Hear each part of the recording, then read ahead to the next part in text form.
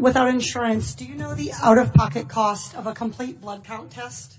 No, ma'am, not immediately. Do you have a ballpark? I do not, ma'am. Okay, a CBC typically costs about $36. What about the out-of-pocket cost for a complete metabolic panel? Ma'am, I'd have to pass on that as well. You have any idea? You want to take a ballpark? I would say $75. Okay, 58. Getting closer. How about flu A?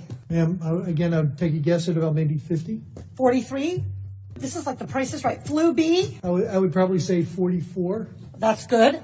How about the cost of an ER visit for someone identified as high severity and threat? I'm sorry, ma'am, what was the question again? How about the cost of an ER visit for somebody identified as having high severity or high threat? High severity, but ma'am, that's probably about $3,000 to $5,000. Okay, that is $1,151. This all totals up to $1,331. That's assuming they aren't kept in isolation. Isolation can add up for one family already, $4,000. And fear of these costs are going to keep people from being tested, from getting the care they need, and from keeping their communities safe. We live in a world where 40% of Americans cannot even afford a $400 unexpected expense. We live in a world where 33% of Americans put off medical treatment last year.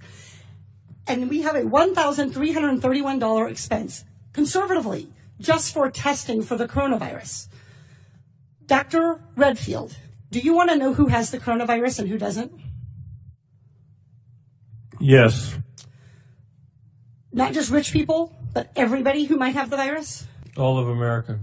Dr. Redfield, are you familiar with 42 CFR 71.30, excuse me? I literally communicated to your office last night and received confirmation that I was going to be asking you about 42 CFR 71.30. This provides the director may authorize payment for the care and treatment of individuals subject to medical exam, quarantine, isolation, and conditional release. That I know about, and my office did tell me that. I just didn't know the numbers, ma'am. That's Congresswoman. Great, so you're familiar. Dr. Redfield, will you commit to the CDC right now using that existing authority to pay for diagnostic testing free to every American regardless of insurance? Well, I can say that we're going to do everything to make sure everybody can get the care they need. Reclaiming my time. Dr. Redfield, you have the existing authority.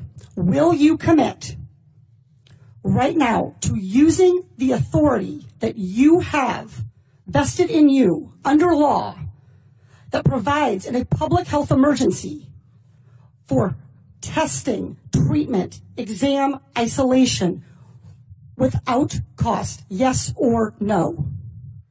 What I'm going to say is I'm going to review it in detail with CDC and the department. Reclaiming my time. Dr. Redfield, respectfully, I wrote you this letter along with my colleagues, Rosa DeLaura and Lauren Underwood, Congressman Underwood and Congressman DeLaura. We wrote you this letter 1 week ago.